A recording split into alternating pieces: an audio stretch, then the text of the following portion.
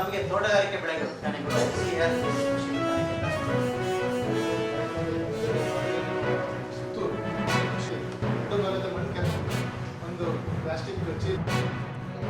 ಮತ್ತು ಎಷ್ಟು ದಿನಗಳಿಗೊಮ್ಮೆ ಔಷಧಿಯನ್ನು ಸಿಂಪಡಿಸಬೇಕು ಎಂದು ವಿವಿಧ ರೀತಿಯಲ್ಲಿ ವಿಜ್ಞಾನಿಗಳು ನಮ್ಮ ರೈತರಿಗೆ ಉತ್ತಮವಾದ ಮಾಹಿತಿ ಮತ್ತು ಸಲಹೆಯನ್ನು ನೀಡಿ ಉತ್ತಮವಾದ ಬೆಳೆಯನ್ನು ಬೆಳೆಯಲು ಎಲ್ಲರಿಗೂ ಹೆಚ್ಚಿನ ಮಾಹಿತಿ ನೀಡಿದಂತಹ ವಿಜ್ಞಾನಿಗಳಿಗೆ ನಿಮ್ಮೆಲ್ಲರ ಪರವಾಗಿ ಹಾಗೂ ನಮ್ಮ ರೈತರ ಪರವಾಗಿ ಹಾಗೂ ನಮ್ಮ ಗ್ರಾಮದ ಪರವಾಗಿ ಎಲ್ಲರಿಗೂ ಧನ್ಯವಾದಗಳನ್ನು ತಿಳಿಸ್ತೀನಿ.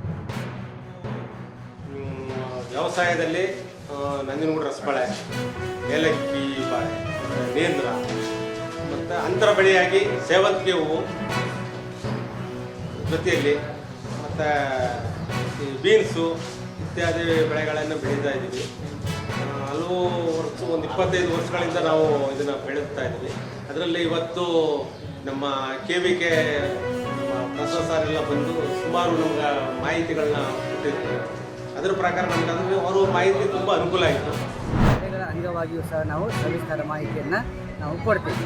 ಇದು ಒಂದು ಇದರಲ್ಲಿ ಬರ್ತಕ್ಕಂಥವು ಮೇನ್ ಅಂತಂದರೆ ನಾವು ತೊಗರಿ ಒಂದು ದ್ವಿದಳ ಧಾನ್ಯವಾಗಿದ್ದು ಅದರಲ್ಲಿ ಬರ್ತಕ್ಕಂಥ ಫ್ರಾಮ್ ಸ್ಟಾರ್ಟಿಂಗ್ ಹಿಡ್ಕೊಂಡು ಎಂಡವರೆಗೆ ಅಂದರೆ ನಾವು ಪೂರ್ವದಲ್ಲಿ ಬಿತ್ತನೆ ಯಾವ ರೀತಿಯಾಗಿ ಮಾಡಬೇಕು ಅನ್ನುವುದನ್ನು ಹಿಡ್ಕೊಂಡು ಕೊನೆಗೆ ಹಾರ್ವೆಸ್ಟ್ ಆಗುವವರೆಗೂ ಸವಿಸ್ತಾರ ಮಾಹಿತಿಯನ್ನು ಕೊಡ್ತೀವಿ.